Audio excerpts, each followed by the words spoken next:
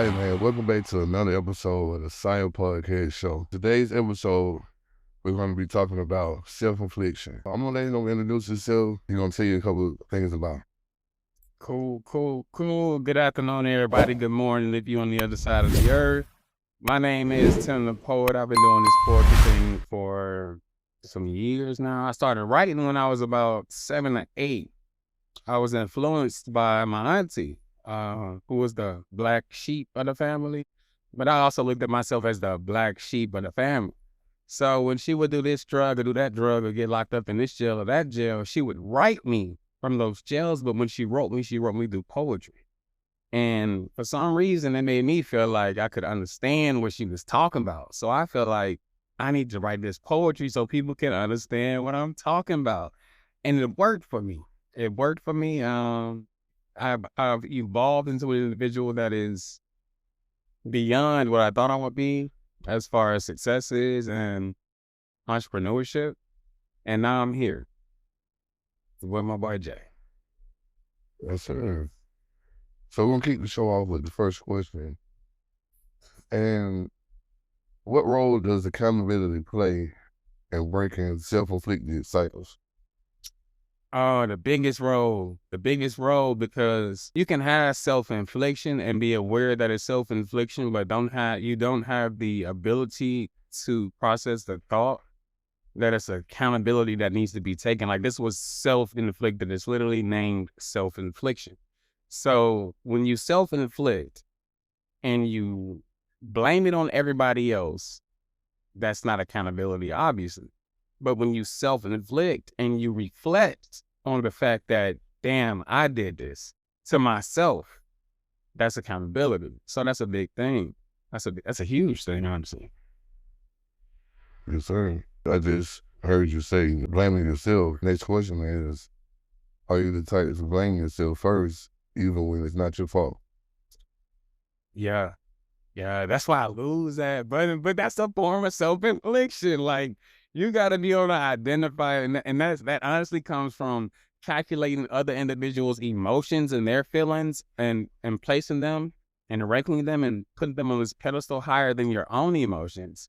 So you just blame yourself because you don't want other individuals to feel bad, or you don't want them to feel neglected, but you also have a level of entitlement.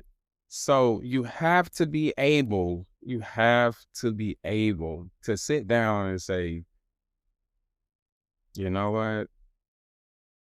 It is what it is. Like, shit happens. Like, I lost some people I was close to, but maybe I was supposed to.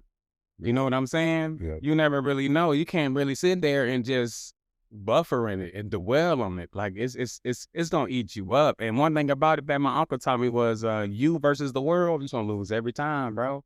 Yeah. And then you versus your mental, you definitely gonna lose every time if you ain't got control of it. So that's another big one too. Yeah, I'm talking about mental health and, some of the other shows. And, yeah, you definitely have to have control for your mental health. You know what I'm saying? They can break you down in so many ways that you can't even imagine if you lose control of it. That shit real. And people can't imagine it. They can't imagine it. They think I'm good, that never happened to me, or I ain't never get no PTSD. I ain't never wait. And then one day you wake up and then it's like, gotcha, bitch. Gotcha. You know what I'm saying? And then you start looking at yourself in the mirror and you can't identify who you are because you lost. You know what I'm saying? You lost. Yes, Lord. So when it comes to mental health, somebody out there that feel like they're lost and they lost control, do you think that they should reach out to a counselor for help? Man, my mama tell me that it depends on every situation. Everybody's situation is different. So due to the circumstances or the extent of how traumatizing or how impactful your childhood trauma, for me personally, it's more so willpower, discipline, and self-control. I'm not in denial on the extent of not going to the counselor, but it's not nothing I'm aware of myself that the counselor can actually, or therapist, can implement that's going to change my ways. I have to make a decision to change my ways. I need to have the willpower to say no. and stop caring about other people's feelings. I have to have the willpower to have enough self-control to not say, we finna go do that or we finna go spend this. So that's accountability, the thing we spoke on earlier. So it's nothing wrong with the therapist or the counselor. I had one in 5th grade, Mr. Terry. I don't know if you ever seen his brother, but I remember you, Tim Tatum. That's me, brother. Look at me. But I had Mr. Terry in 5th grade. I had anger issues. I had all kinds of stuff going on, man. But it just boiled down to feeling misunderstood in a world full of individuals who feel obligated. Family members, just think friends, best friends, day ones, these people feel obligated because they've known you for a period of time. And it's not necessarily that, bro. It's okay to let people go and move on, but that's that obligation that you hang on to. But the accountability part is taking accountability to understand that you're allowing this. Speaking of anger issues that you just spoke on, did you have both of your parents in your life growing up? Nah, man. I grew up with my mom. What friends say, boo-hoo, sad story, Black American dad story. Grew up with my mom. I know more about you than I know about my dad. I know more about an ant or a rock. And I'm so comfortable speaking about it now. But Father's Day used to come around, bro. That shit used to suck, bro, because it was like, damn. My mom got this full court built in her backyard, and I would sit on the basketball court and wait for this guy to come who never came all 13 years.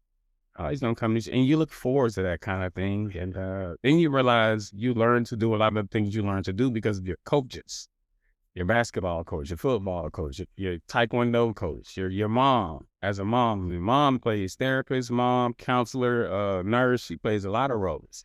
And she's also trying to be the man as a single parent. So it's a lot on her, but I did have this amazing brother, old school cat, man, DJ Jelly, old school Jelly, Pops. I call him Pops to this day, man. I was there the day I was born, ain't left since, man. So all I know is this, but that's my Pops. I'm a biological now. Do you think that by growing up, sitting there waiting on that day for your dad to come, do you think that caused the anger issues? Yeah, it did. It did, man, because I wanted to learn how to be a man. Mm-hmm. I wanted to learn how to do it. Like my uncle taught me a lot of stuff. One of them was, you can never control a woman, but you can control what his car does. So, and that was one of them situations where it's like, take care of your car and take you everywhere you need to go. I had a lot of father figures, but I never really had a father. And I think that was the angry part. So, and I see everybody out here with their dads. I be wondering, I'm like, yo, do I look like you? But I look so much like my mom. I look so much like my mom, bro. I don't even know what you look like. But I'm like, damn, do we got any traits? Do we got any, do we have anything? Brother, because I look so much like my mother. And, but it'd be nice to be like, yo, nice to meet you. Yeah. And I mean, I would be down for that relationship. I wouldn't be, consistent to the extent of you go everywhere I go and we, we gonna make up for these last 32 years, because you had 32 years, but I don't know, I don't hold it accountable, but I always got an open heart, not an angry individual. Well, that's good that you're open, you know what I'm saying? So if your dad did ever come forward, you're open to, figuring out where you are now. Tight. Yes. What emotions do you struggle with that lead to self-inflicted problem? The craziest one of all of them is crazy. But the craziest one of all of them, to be quite frank and honest with you, and like confidence, bro. Yeah. Confidence. Like, am I good enough? Am I strong enough? Am I like, you have these doubtful ways, but when you're confident, those things don't really register into or trot through your brain. They don't come about. You just know.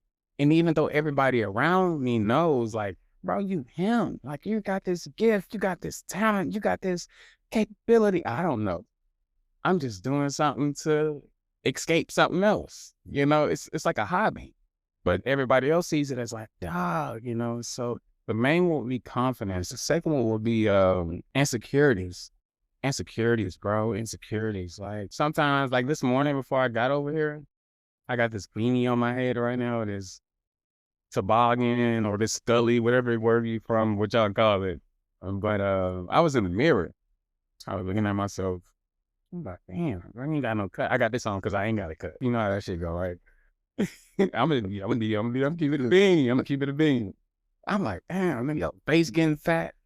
You know, like, you know, just little things. Just little things I need to knock on myself. But yeah, they're my main confidence and insecurity. Other than that, I don't really, but them big ones. Last one will be willpower. The ability to say no. That should have been the first one for real, because it's a lot of shit I should have said no to that I said yes to that fucked me up in the long run to make sure somebody else was straight and I was bent. You know what I'm saying? In the long run. So yeah. Only thing, you know what I'm saying, as much as I know about you is, you know, from my partner Eric. So Shout out to E. Boy E. Shout out to E. So, you know, when he told me about you before, you know what I'm saying, he was like, yo, man, I got a partner, man, you know, he rap, do poetry, you know what I'm saying, like, he dope, like, check him out. When I checked you out, I can see that from what you're saying, you hear those things. Because I can tell that you lack confidence or going through the willpower or saying no, like, I can tell those things, like, because when you're in your zone, and when you're doing poetry, or you're rapping, you own it. I got all the confidence. Yeah, you own it. Bro, when I walk off that stage, it's the scariest thing in the world. It's like, that's my piece, my therapist. Yeah. It's the stage. Yeah. That's my therapist. It's like, I come somewhere. I don't look at it as performing. I don't look at it as presenting. I look at it as just opening my journal up and letting everybody in my business. And I do it. And before I get on stage, it's like, who the hell is he? But when I get off, it's like, cousin, come to the Thanksgiving. And they rocking with me. Sure. They rocking with me. But then I got to go home. Then it get quiet. Then it get dark. Then I got to close my eyes. Then them thoughts start rushing. Then it's like, woo, woo, woo, woo, woo. So now you rushing to get back to stage and say, escape something else. Yeah. So it's a little cycle. And yeah, don't laugh at me. I don't know if y'all can see this, but I split a little slushy on the jacket earlier. Don't clown me too much now. Do you feel like fear or doubt has caused you to self-inflict more harm than actual situation? Yeah. I'm my biggest enemy. I'm not worried about I'm not scared of nobody, bro. I'm not scared of death. I'm not scared of humans. I'm scared of me. That I don't have the capability or like the ability to be able to obtain or possess the level of assurance that I have the capability, whereas I'm stuck somewhere constantly questioning something because I'm unsure. But there's still that little of that 99% doubt. There's that 1% that's like, replace that H with T. Like, that's Tim, not him. Like, do you still get it, you know? So that's taking over more now after I just got off papers than the doubt and stuff, because it's like, okay, pop your shit. But see, I never been a pop a shitter, I guess, if that's a phrase, but I'm humble. But that humble shit gets you overlooked too. Yeah. So, nah. Yeah, that was deep, man. You know what I'm saying? Yeah. You definitely know what to say. You know what I'm saying? Because I feel like you done been through it. So, For real. You know how to present it, you know, where you're going. I can feel it. You know what I'm saying? Because, see, I don't have too much problems with self-infliction. You know what I'm saying? But just hearing what you're saying and what you done been through, I can feel it. It's just like almost like I can feel it. Like, it's like you coming in my soul. You know what I'm saying? Like, it's like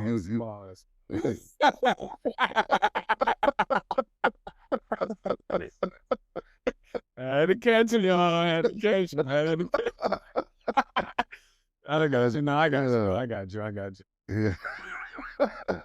Yeah, no diddy. You got almighty, his Lord. Yeah, no diddy. You know what I'm saying? Yeah, we ain't got no water bottles. That's all we got. They doing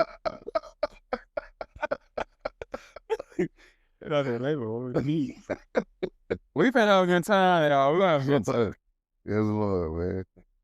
it's really like I appreciate, like I never felt like I had something to lose, and that might be the problem. Yeah. That everybody else feel like I got everything to lose due to whatever. Like my producer called me the golden goose. I'm like, what the hell is a golden goose?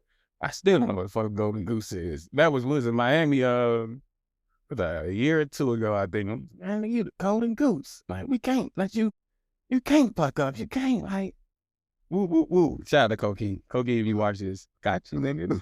But I just I don't have any fear, dog. I don't have like I started cutting, y'all. That's right here. I don't know if you can see.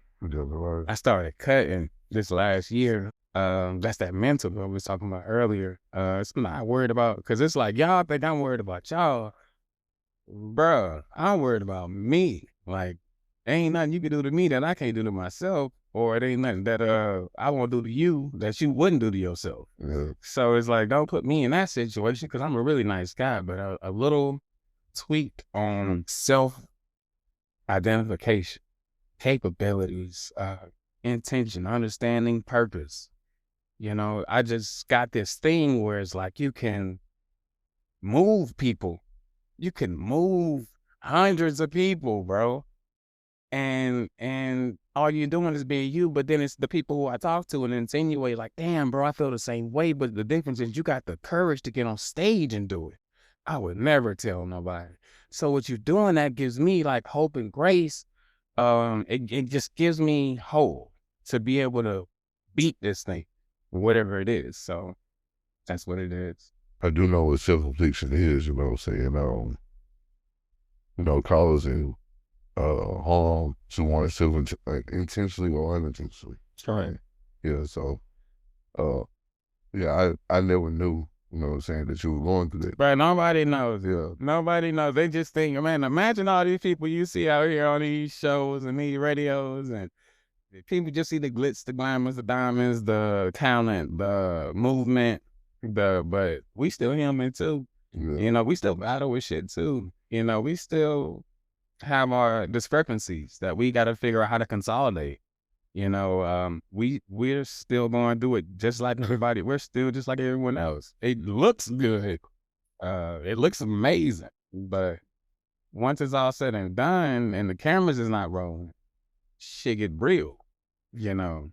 And that's just the real of it. If you live in a facade or portray yourself to be this illusion to other individuals, you're only hurting yourself, because now you got to uphold and upkeep that, but you never get to heal. You know, so I like to be in my truth. My fans, my followers, I let them know everything from day one. I always tell them everything. Have you ever been in a position to where you thought that drugs was the answer? Nah, alcohol. I don't know if that's considered a drug. No. Yeah, alcohol, but I ain't never did no Molly, not a lean, pop perks, perk 30, perk, dead perk, woo, woo, woo. You know, like that ain't, my mom used to make us watch The Intervention, bro.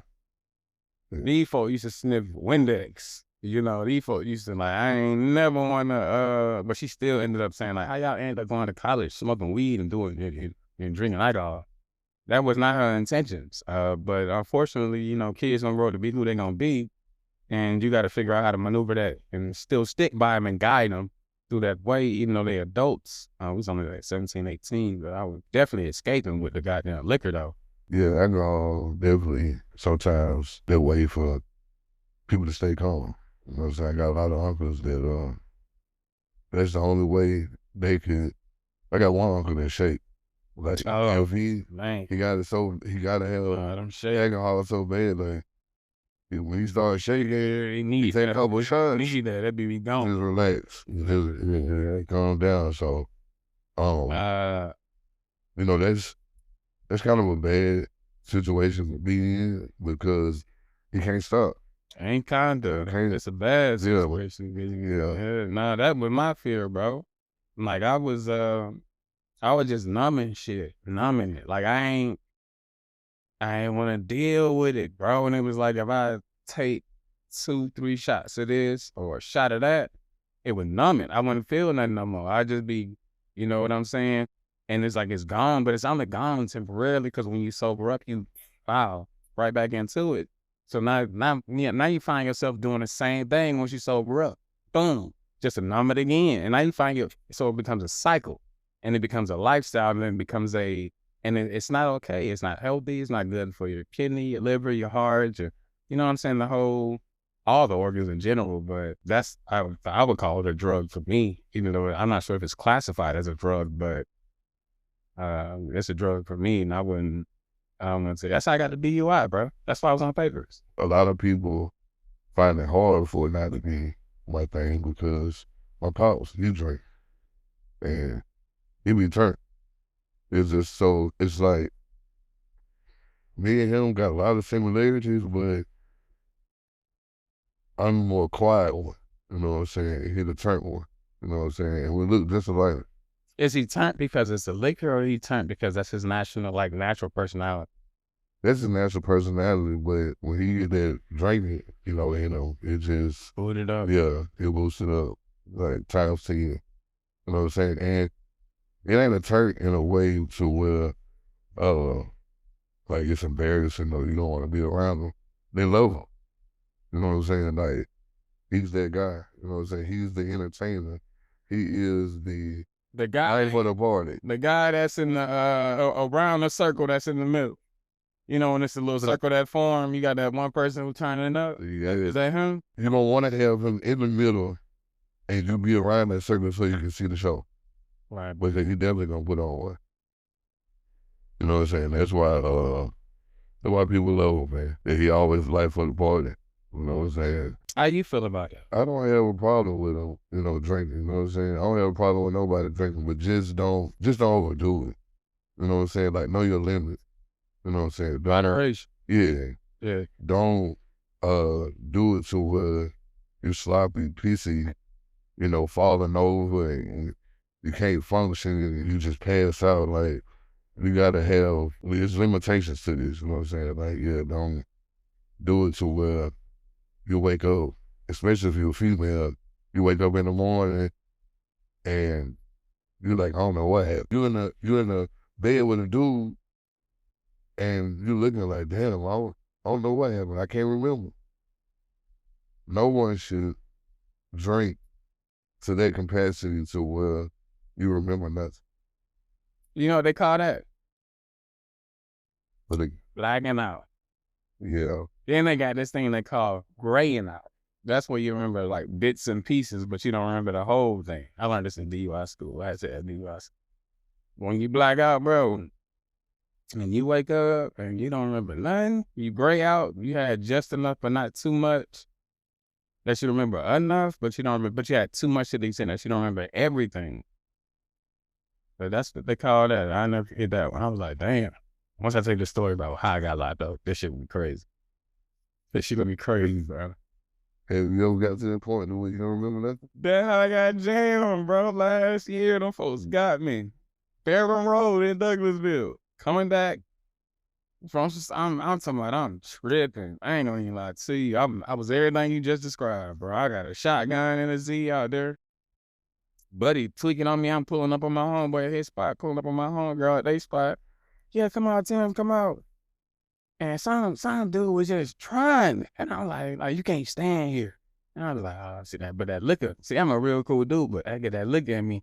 I started like, man, who you talking to? You know what I'm saying? That's not good either, though. So I had to start like controlling that. So I'm going out. The owner come out, and he was they pretty much was like, that's Tim. That he good. You need to get Buddy. So I went to my car. Emotionally react. That's another one. Emotional intelligence, bro. But you can't be emotionally intelligent under the influence, bro. I done got this down. I'm sitting in the car. My homegirl, shout out to Shay. Yeah, man, so my bad, y'all. I had to put my jacket on real quick. I got a little cold. I didn't know if I was cold or if I was hot because I started smelling some must. I was like, maybe it's the fur on this motherfucker, and I don't want Jay Moscato like this nigga came over here musty as hell, you know. But anyway, shout out to Shay, man, because Shay came to the car and actually talked me out of it. I was finna like spaz off that liquor, bro. And I chilled out. She was like, you come crash at my house, this. And I said, no, I'm just go home. Should have chilled, bro. Should have chilled, bro. Should have chilled. I pull out the parking lot. I should have went right. But I said, let me go left and go get this gas. I went left, bro. Got to the gas pump. And I said, damn. Oh, that shit hit me like, it hit me. It hit me. I was good because the adrenaline was rushing. It hit me. And I said, you know, I'm going to take a 5-minute nap real quick at the pump. The downfall on that part was I drive a stick, so I didn't let my brake up. So I stopped, chilling at the QT on Federal Road. I fell asleep. And I heard was like, knock on my big heavy knock on my window. I'm like this. I look up, it's the police. Man, you good, man? You good? You want to tell us how you got here? So yeah, I drove. He said, no, how you get here? I said, what you mean? Now look at where the car rolled. Because I didn't pull that handle. So the sticks, the manuals will roll if you don't pull up that brake. Mm-hmm. And I rolled all the way. I hit this other hump and I was like almost to the grass. After the grass was a highway. So by the grace of God, that hump was there to stop me from hitting and then rolling more because I would have went into oncoming traffic. And QT called the police. QT called the police because the car had been sitting here for hours. That's how long I was asleep. And he got me out the car. You know, I thought I sobered up quick as shit, but not enough. Did my little test. I agreed to do the test, and I'm walking this and doing that. And then he popped my hatch trunk. And he found the shotguns, he found the 9, he found the AR, he found another semi-auto shotgun. That was a pump shotgun earlier. But these were all my guns. So it wasn't something where it was like, oh my God, you got all these guns. Like, no, those are my guns. I mean, I can ride with it. So they did their thing and they did their thing and they did their thing. The guns came back clean, cool. Because earlier I had up the gun range. That's why the guns were in the car. So long story short, he was like, yeah, you going to jail? Yeah, what? It was like 3 a.m. She's like, bro, just let me call my mama. Like, I know when I get down there, y'all don't want me to sit and count him. And then, I gotta wait to use phone. Just let me call my mama real quick. Call my mama on speakerphone. Mama got, hello. So yeah, but look, I'm finna go to jail. Woo. So she pulled up. She was going off because he couldn't have been here that long because it's been raining and everything under his car is dry. Like it was dry up under the car. So he couldn't have been sitting here that long. It would have been wet already. No, got that backwards. He couldn't have been sitting here that long. It would have been dry on the outs. I forgot, bro. Don't let me sit here and tell no lie, but I remember the studies and the forensics of that shit a little bit. But yeah, that was that. And I got locked up and they took my license. They suspended my license. That fucked me up. That set this whole Tenderpoint emotion back, bro. Like, couldn't go do no shows, no walkthroughs, no podcasts, no performances, no interviews, no features, no studio time, no. All I could do was drive work and back. They gave me a limited permit. So the drinking thing, it took that for me to learn. So I didn't even know that was this. Yo. First DUI, you get a limited permit. You can drive to and from work. You can take family members to their doctor's appointments. You can drive to your PO. You just can't be out here for the wrong though. It's on the back of your license. I got that motherfucker right here though. I ain't gonna lie to you. It's that thing that's normally empty back here, but then you get all these words or restrictions on what you can and what you can't do. Oh, okay. So on the front of it, it say limited permit. It's not a real license on that tip. Yeah. So. Yeah, I ain't know that it is. Yeah, I thought, once you get a DUI, that's just what it is. And now you get that out after going to that class I was telling you about. You got people who got to start their car up before they can start their car up. They got to blow in this thing, and when they blow, it's like a breathalyzer. But if they blow too high or something like that, the car doesn't start. You got to blow every time you got to start the vehicle. You got to blow into this thing that's embedded into your car that you got to pay for. You blow into it, and then if you blow right, then you can start your car. So it's levels to it. I ain't know. That's something. Yeah, I ain't even know, but I found out. Oh, Yeah, I got partners that they got DUIs for the first time, and they trying to figure out like, bro, I don't know what the hell I'm gonna do. Like, how they let me get to work? Like, what I'm supposed to do? So was that's it why. misdemeanor or was it felony? I know. They put mine less safe as a misdemeanor. Yeah. So the only way to be a felon is to kill somebody, right? It depends. Bro. It depends on to what extent, or what extent. Excuse me. Misdemeanor for me was like, bro was just sleeping in his car. He wasn't operating the vehicle. You know. Woo, woo, woo. I would think. I don't know to the extent of the actual facts. I would think felony would equate to an individual who's putting somebody in danger and harm's way. You don't got to kill nobody to get a felony though. You can just be doing some out of pocket shit, you know, and get a felony. You ain't gotta kill somebody to get no felony though. You can steal some shit from somebody and that's a felony. You know, like Drunk.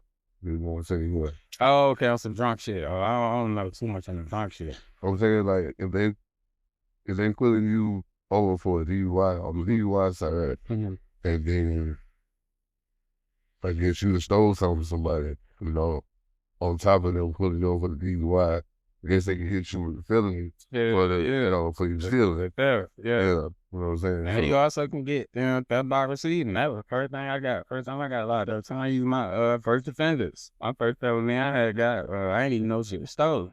And bought some stolen shit. And got jammed up and they hit me with a felony in States Borough. I was at Georgia Southern at the time. And I used my first offender. I ain't know none of this, bro. I think I'm just buying something. And it bounced back. So yeah, that's different. Well, yeah, that's something new to me for sure.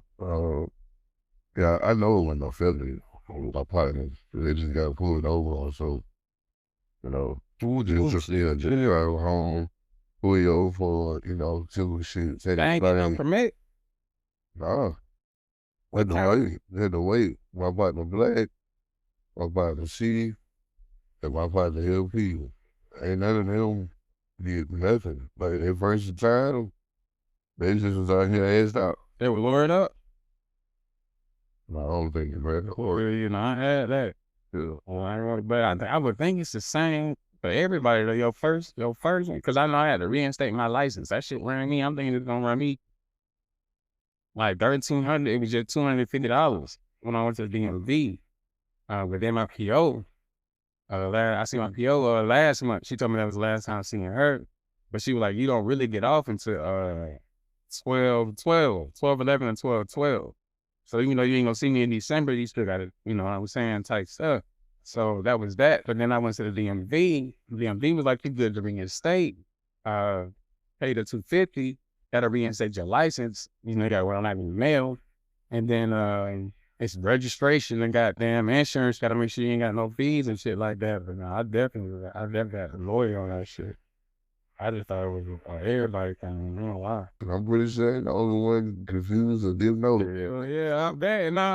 Hey, leave it in the comments. Leave it in the comments. Leave it in the comments. Let us know, man. Let us know. Especially let my boy Moscato know, man. Just hold on. What's a dream opportunity you self-inflicted yourself out? Oh, that's a good. Oh, man. I was at the varsity. Downtown Spring Street. This is when I first got into poetry. And it's with this girl, bro. With this girl. I just got off stage, bro. It was my birthday. I'll never forget this. It was my birthday, and I'm chasing this girl. I get off stage as everybody, oh my God, go again. It's my birthday. You know, I'm loving the love, but she ain't giving the love. She like slick hating because the girl's supporting. And she storms out Apache Cafe. Apache Cafe, the old one, not the new one. The old one that's behind. They used to be behind the varsity.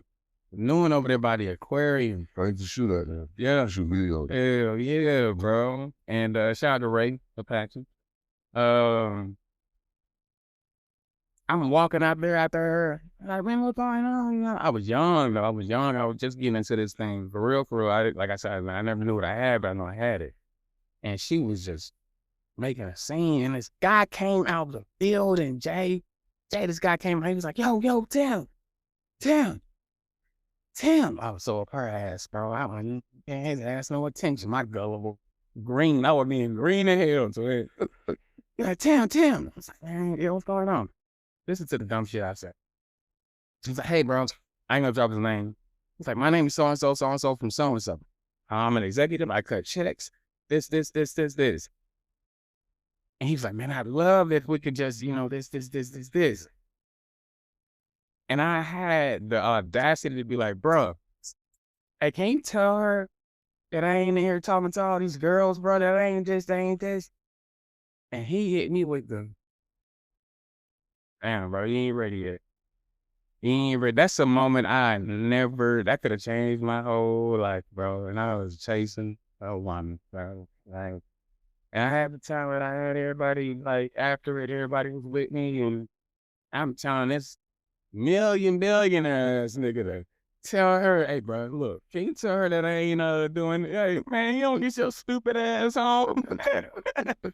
I'm gonna go find the next artist. Like, I was probably like 19, 20, I don't know. I was young. That was it. That was most of them took the shit from me. If I was on what I'm on now, I would have definitely been like, fuck her, fuck that, fuck this, fuck that. Like, let's do it. But that was on me. That's one thing that we learned, bro. When you're young, your mind says different. You know what I'm saying? So as you get older, man, just going through certain situations and going through them, man, my mindset definitely gonna change. Because I know I don't think nowhere got they even close to when I was 18, 19 years old. Yeah, it's different. I lost a lot of friends, lost a lot of people I grew up with for over 20 years. You know what I'm saying? Like, people change, things change. Shit be like that. Yeah, you know what I'm saying? Yeah. Now, do it hurt? Yeah, it do. It do hurt. But you got to pick up the pieces and move on. That's why I went wrong, Jay. I ain't gonna lie to you, Mr. Moscato. I started picking the pieces up and feeding my legion. Like, I was becoming like, well, fuck you too then. That's that accountability we spoke about earlier. Like, bro, look at the shit you did. Look at the way that that's on me. But I know wisdom gone through experience, not age. Motherfucker is 60, but ain't been through half the shit motherfucker 28 been through. And in 28 years, he done gained enough wisdom to the extent that a 60-year-old hasn't even been through it to even apply that into his life or their life. But wisdom does come through experience. Not everybody has to have a bad experience, though. So we all dealt with it hand, though. Yeah. That's not a real car. Everyone stay in a relationship longer than you should have and realize it was self-inflicted.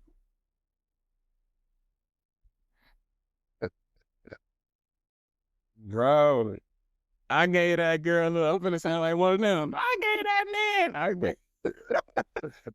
7 years of my life, bro. 7 years, man. I kept trying to fix it. I had my wrongs too. Don't get me wrong, bro. That's accountability. I had my wrongs and my ways, but some shit it just be time to be like, you know what? This shit ain't working. And it got worse. When they say God allow you to keep going through something over and over, you're going to keep going back, even though you're trying to pull you away. Ain't going to let you keep going through it, keep bumping your head. It's going to get worse and worse every single time. But I was in it in real time. Tried to really mess up who I was as the poet. Call my mom, would do all, pray the most devilish, conniving, evil stuff that I've been doing my whole life. Like, why would you go to this extent just because I don't want to be with you? Like, if I'm that bad, why don't you just part ways? It was deeper than that though, but I had to learn that. You hate her now or Hater? Do I feel like I hate her? yeah. No, I don't hate nobody. Haters are, that take a lot of energy to hate somebody. That's draining. I can't use all my energy on hating you. Wish her the best? Yeah. Hate? Nah. See you in the street, hey, what's going on? You all speak back? That's cool, but I'm only in control of my actions, not your reactions. I'm in control of how I react to your actions, yeah. But keeping it cordial, keeping it pushing, keeping it professional, I'm all about that. But hate? Nah, man, I could use that energy to put it in myself and to create something else. I can't hate you. How could you hate somebody that you used to love? I really don't like the word hate. Yeah. Hate, I would really prefer the term highly dislike. Yeah. Because hate is a really powerful word, just like love is. You know, we just don't throw those words around loosely, and I believe in energy.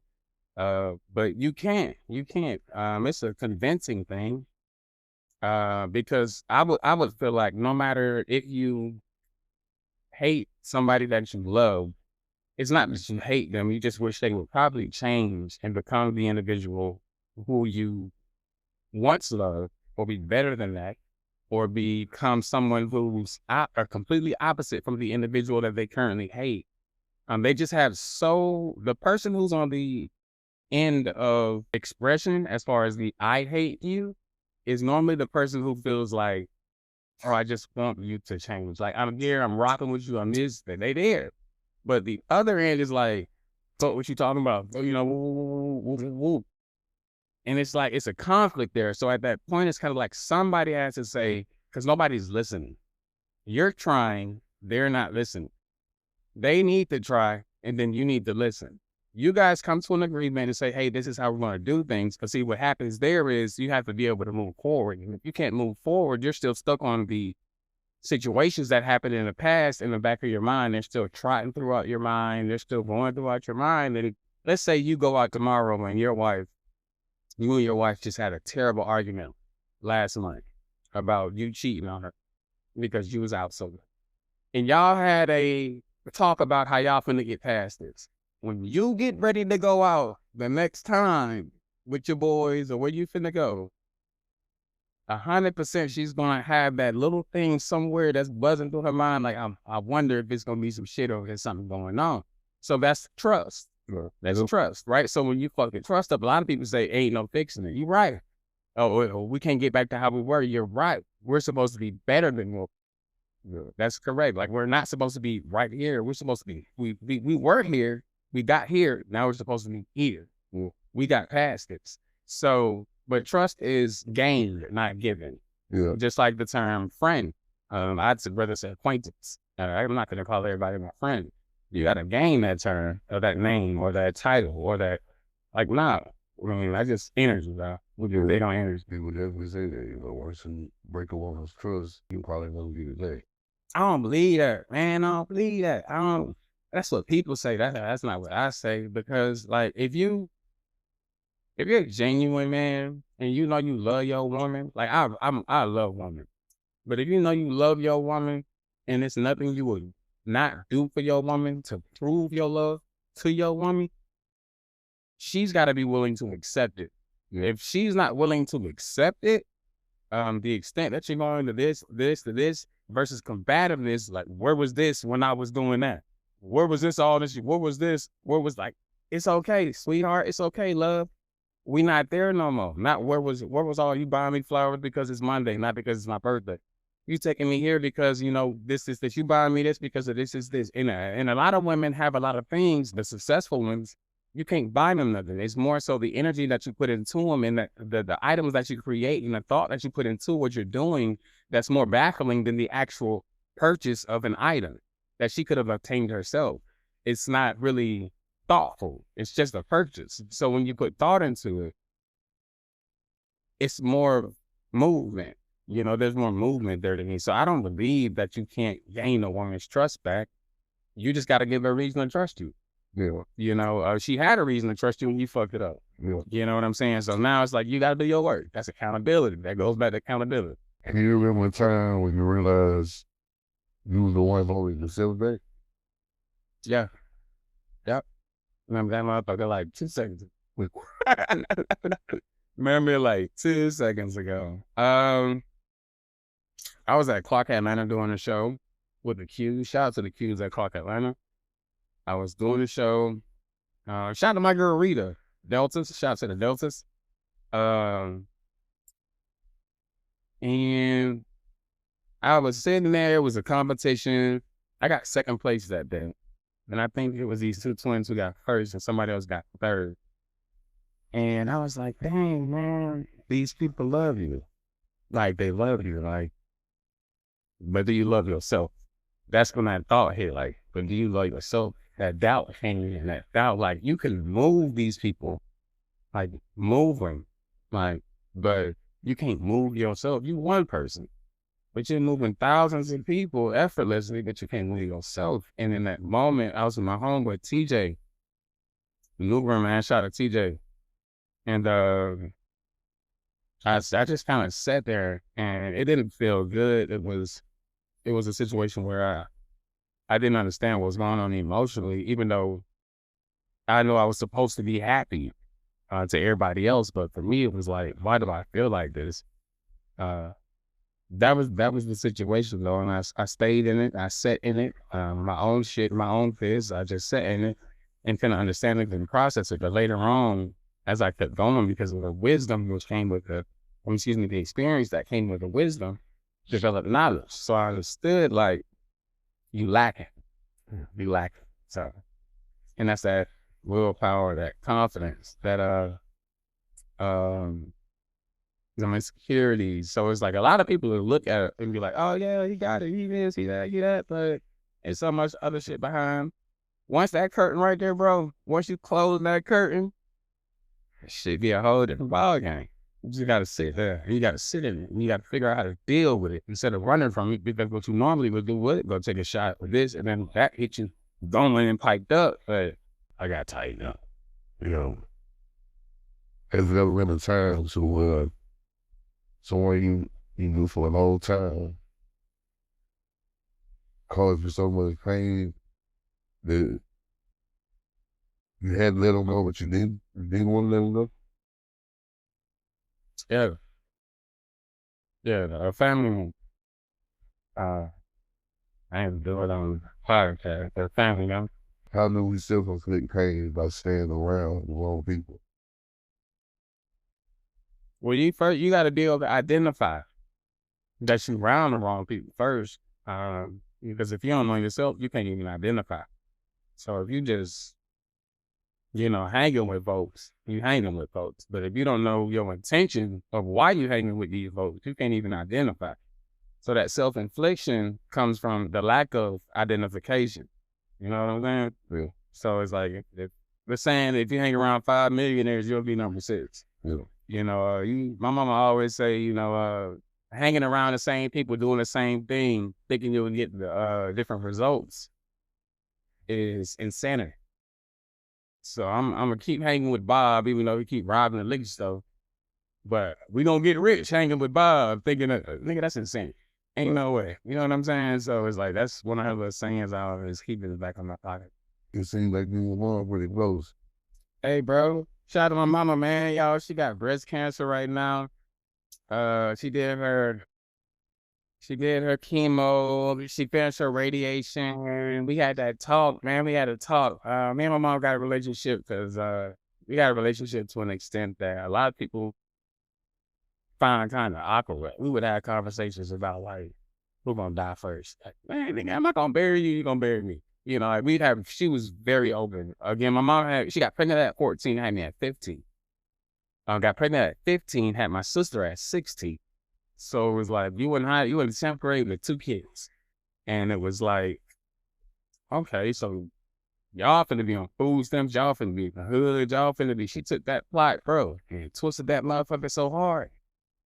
And when they got her degrees and did what she did, and she's successful as hell. So we do the breast cancer walk every year. So when she got cancer this year, it kind of fucked everybody up because it was like, why Tammy? So she started like, I remember her calling me, I was at work, And that's why I'm really like rock with jobs. Cause I remember talking to my supervisor, and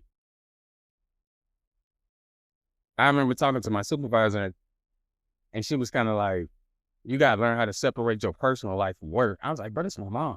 Right. Like, you know what I'm saying? We having conversations about, hey, the deed to the house. If I die, this. I'm like, bro, we ain't supposed to be, even though we joked about it previously, like I told you, like, I ain't supposed to be burying you, you know, like we ain't supposed to be. She was like, look, I got you this land, I got this, I got this, I got this. And I was like, nah, bro, because I already ain't got my dad. Yeah. So I was like, damn, if I lose my mom, like, who can I confide in? You know what I'm saying? So that shit was so traumatizing, bro. It was traumatizing because it's like she taught me the game, like as far as like women go, as far as like life go, as far as being a man and you black and they just need a third reason to attack. As far as like very intellectually enhanced individual, very knowledgeable, and like implemented that effortlessly into me, which is why it's confusing for her because it's kind of like, well, god damn, where all the work I did go? Bitch, you out here drinking and smoke. Every day I'm on the way to work, we get that conversation in. You know what I'm saying?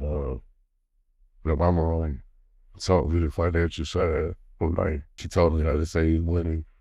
She helped me build my credit up. You know what I'm saying? She put me in a good situation, man, to where I know how to survive. And my dad gives my mom all of that credit on the financial side, but my dad taught me how to be a man. He taught me the basic things of life, like how to change the tires, how to fix things in the house. You know what I'm saying? They're handy. Yeah, Mm-hmm. So, yeah, man, I love both of my parents, but I guess I'm a mama's boy. You know what I'm saying? Like I fuck my dad strong.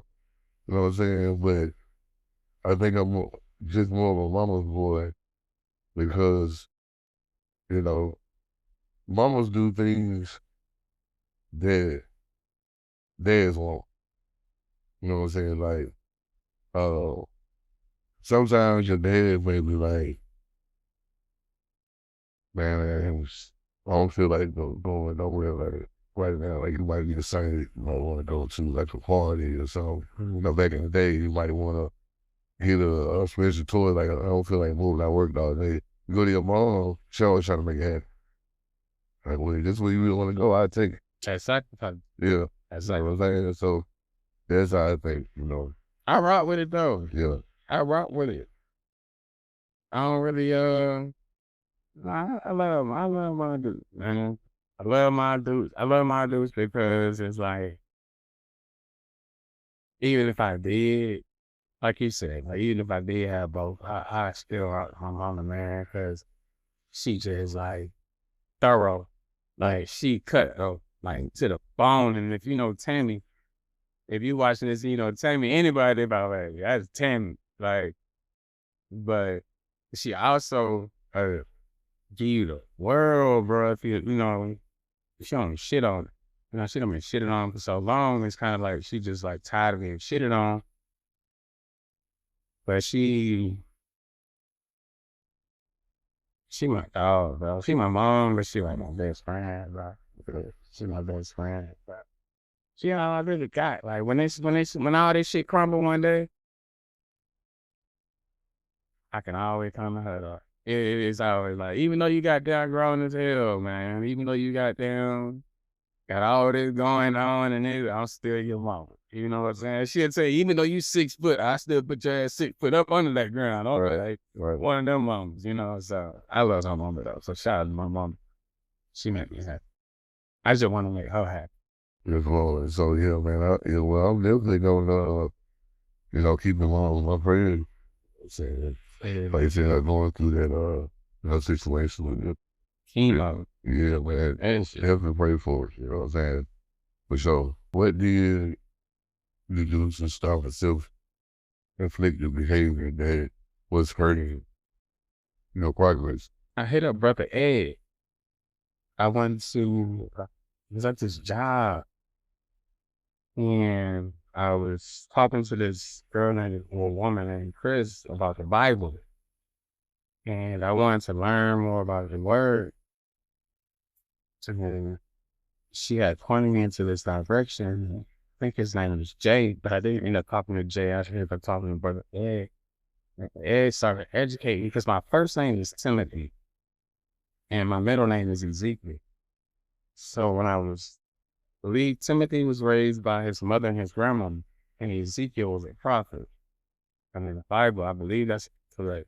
And those things align with my life. So instead of crashing out, going to do some crazy stuff when things would get crazy, I just asked Chris one day, where did I get that? She was extremely spiritual. I just wanted to learn more, but I didn't want to just go on YouTube and type stuff in. I wanted like a reliable source, somebody who knew what they were talking about, and they could show me the facts, and they could, because I didn't want to be out here preaching or trying to be a disciple to individuals, and I wasn't accurate or precise in what I was preaching to individuals who I was trying to convey towards the word. So I met Brother Ed. Yeah, he was cool. I told him the issues I was having. He ain't judge me. He didn't judge me. He didn't judge me. I told him I was cutting. I told him I started to drink again, crazy. I was losing my mind because I couldn't drive. I couldn't, like, my voice is my everything to me. So with that being taken away off of DUI, I couldn't really express, and I didn't have any motivation to go on social media and create content. I'm more of a first-hand promotion guy, being on stage. I'm a performer, not a recorder, if that makes sense. And he stayed there with me. He heard me. He guided me, and it felt good. So, like, this guy, right? Like, look, I can't make this up, bro. Like, what that say at 2:05? Well, his brother, he called me, bro. He had at the top of my stuff right here. Brother Ed, bro. Brother Ed. That's Brother Ed. Man. So, yeah, I've been getting that word, man. I've been trying to get that word, like, trying to protect it. All that gangster shit, man, all that. Hey, you talking about 20, I got that shit cool for what, like a week? But for a lifetime, on some lifetime longevity, generational, like, what can I embed in you that you can embed in somebody else that will embed it in somebody else? Like that shit ain't it. Like, we can, you fake gangster plays. It don't matter who cool, nigga, we all gonna die. Yeah. You know what I'm saying? So it's kind of like, well, why you here? What's your purpose? That's the first question. Like, what is why were you born? Right. When it's a lot of people that's aborted, when it's a lot of individuals who don't get to come out and experience life, you got to figure out your purpose. And that's where, instead of doing self-infliction, I chose this route as far as like, oh, what the fuck is the point? Like, why am I here? Why do I have this talent? Why do I have, like, why was I given this to this extent? So I've been on that path. What's one piece of advice for someone who keeps self-inflicting the same wound? It don't hurt enough. It don't hurt enough. Whatever me and my brother got a saying, I give you advice after I get a saying, but he'll tell me, like, you ever seen a dog sit on the porch? It's the same that he made up. You seen a dog sit on the porch on his I don't know if he made it up, but he told me. Dog sit on the porch. He can sit anywhere on the porch, but he keeps sitting right with a nail sticking up at it. He just keeps sitting on it. And it's like, damn, I know that shit hurt. It don't hurt enough, though. It don't hurt enough for you to move. It don't hurt enough for you to say, oh, hell no, I want to go sit somewhere else. So the consistently self-inflict on yourself, on yourself is self-infliction, obviously, but you got to sit down and process. That's the first thing you have got to process. What am I going through? What am I feeling? What am I dealing with? What am I trying to accomplish? Am I being attacked spiritually? Am I under, like, you have to be able to identify these things. And once you can identify those, not convince yourself that this is what's happening, but actually be able to understand that, okay, this is what's going on. And from there, you take steps, because it's hard to come out of that rabbit hole, that dark abyss. It's hard to come out of depression. It's hard to come out of, like, overthinking. Then when you overthink, you overbelieve. When you overbelieve, you overreact. And none of it was never real. None of it was never real, but you believe it was real. You just got to take your time, but you got to want to do it too, though. You gotta be strong. You gotta be stronger than it. Whatever the energy is that you're facing, you gotta be stronger than the energy. It's lower. Yeah, man. Well, that was a good piece of advice for, the listeners and the viewers who that will be tuning in. Before we get up out of here, man, if you don't mind, drop us with some knowledge, man, a little poetry, man. Give us a little short brief poem, man. Cool.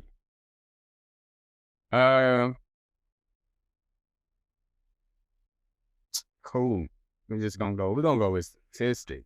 Drop a little piece of statistic.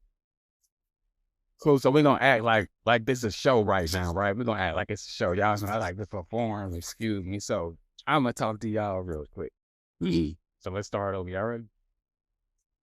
Hey, what's going on, ladies and gentlemen? My name is Tim the Poet. And if I could just get, I don't know, 30 seconds of y'all 24 hours.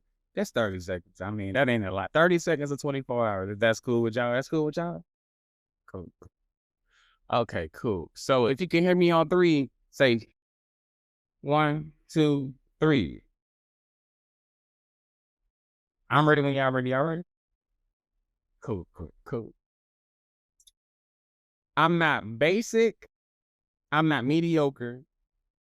Y'all, I think I'm well beyond advanced. Actually, I like to label myself as a Black man who's intellectually enhanced. And I don't think I'm better than you. Just know I'll get the job before you because I choose not to sag my... See, what I refuse to be is another Black statistic. If y'all don't mind, can I repeat that just in case some ignorant nigga listening possibly missed it? See, my biological father was a coward. Another nigga who never showed up on Christmas. And to see this one Black man, y'all, was the only thing on my wish list. I know y'all don't get this. I just don't understand how a man could be a man but not handle his... Tight. So we're gonna leave it. Yes, sir, my Lord. They got a mind. It's Lord. Hey, man, that was dope, man. Appreciate it. Hey, man, that's the way to end the show, man. Look, I appreciate everybody for tuning in to the Silent Podcast Show, a.k.a. Stay on Lane. And you know what we deliver. Practical life advice, raw motivation, and little entertainment. And, man, I really appreciate you for coming through, man. This been hey, man, I appreciate you coming through. I thank you. You know what I'm saying? And, this was a good show. We brought it out. And, yes, Lord. I'm yes, Lord. saying that all day. We out. Yes, Lord. Yeah. The hell loyalty, more than love, I say. Loyalty, more than love, I say. Loyalty, more than love, I say. Loyalty, more than love. Yeah, 'cause I pay loyalty over love. Every single time love will fade like a